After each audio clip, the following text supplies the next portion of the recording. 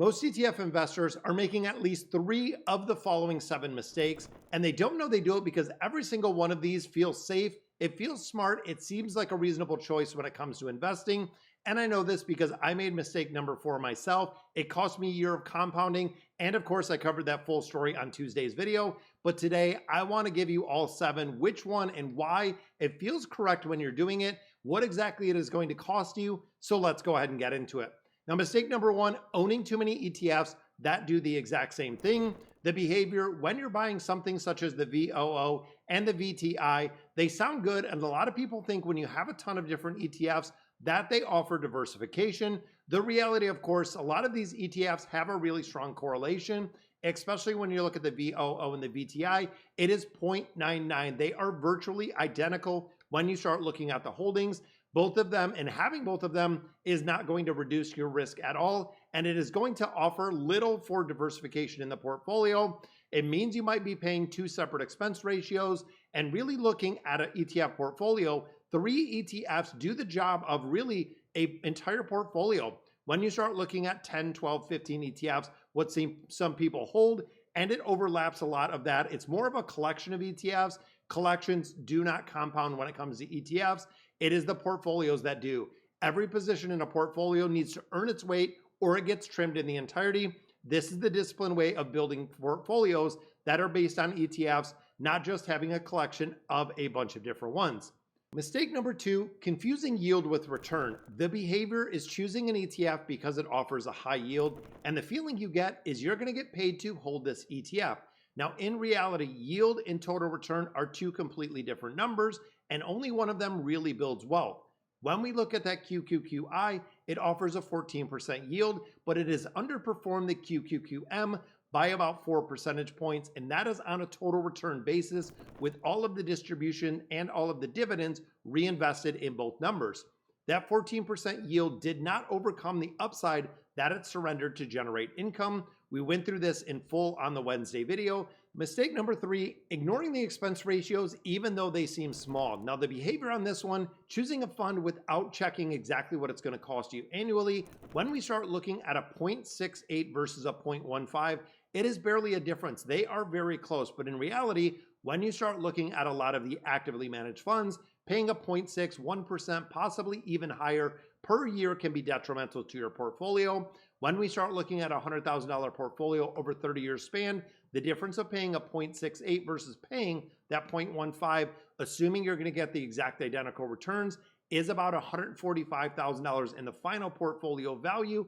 Not a rounding error. That is what fees compounding against you can eat away your returns in the entirety.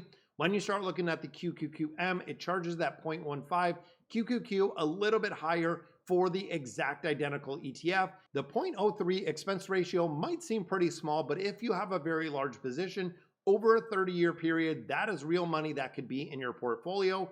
Always check the expense ratio first. It is the only guarantee that you're going to get return in investment. Now, mistake number 4, selling during a crash, and this is the one that I made going back to 2008.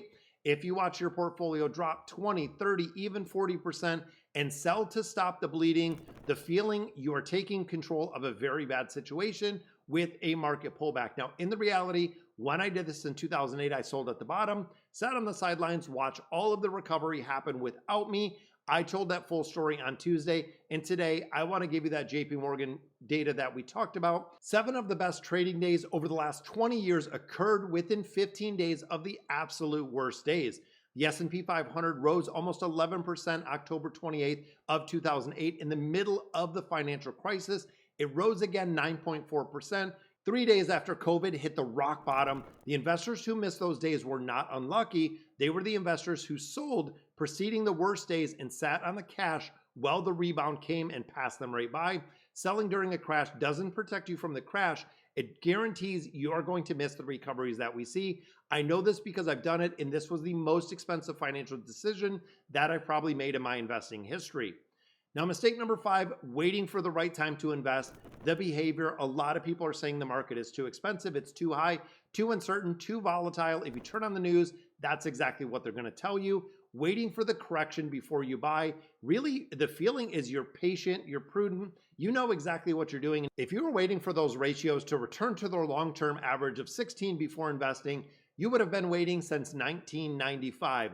Every year you wait, when you look at the average return on the amount you're waiting, is just sitting on the sideline. The market does not wait till you feel comfortable. Time in the market will always and has always outperformed timing the market across an extended amount of time. The best time to invest is yesterday. The second best time is to invest in today. Mistake number 6, using income ETFs during the accumulation phase. This is one that we talked about quite a bit. The behavior, buying the QQQI, the JEPI, the JEPQ, because the monthly distribution, it looks like free money. The feeling you're being paid while you wait and the market progresses. In reality, when we look at covered called ETFs, they generate income by capping the upside, and you have to understand this. Every month, the QQQI surrenders future gains to options and hands the premium back to you as a distribution. In accumulation, you do not need the income, and it gets to a point maybe towards retirement or closer to retirement that income can become a factor. You are looking at the total return and the compounding of the total return. When you look at the QQQI, it underperformed that QQQM by about 4 percentage points over the past year on a total return basis with the distributions included. The gap widens every single year that the market goes up. That right product in the wrong phase of the journey is not going to make a difference, and it can actually be a very detrimental mistake. And I covered this on Wednesday. Definitely make sure you check out that video. And mistake number 7, checking your portfolio every day. And I am guilty of this. I've gotten to the point where I check it when I'm making a change or an adjustment, opening a brokerage account daily, watching the numbers move, reacting to every single red day that you see with anxiety. The feeling you're staying informed, you're staying in control. Research has consistently showed that investors that do not check their portfolio on a frequent basis, not because you want to check or you want to look when the market is worse or the market's doing better, because creating and checking on this account on a regular basis gives you the opportunity to really see the effect of the short-term noise instead of knowing your portfolio is exactly where it needs to be.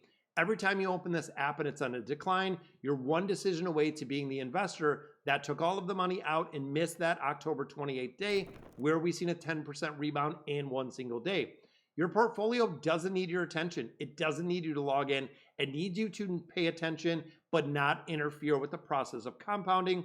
When we look at Bogle, it was do not do something, just stand there. You set up those automatic contributions. You built a portfolio you were looking to get, checking your allocation quarterly or even annually, close out of the app and let the compounding work do exactly what it is. And one bonus mistake in here, guys, that doesn't show up on the list, but costs you more than all 7 of these combined, not starting. Consuming financial content, podcasts, YouTube videos, books without ever opening a brokerage account and without buying the first share. The knowledge gap is what keeps most people from building real wealth. The action gap is every month between now and when you actually start investing is a monthly return of the amount that you are not getting. The cost is invisible. It's never going to show up in your account as a loss, and it compounds exactly as quietly as investment gains do, except it's going in the wrong direction.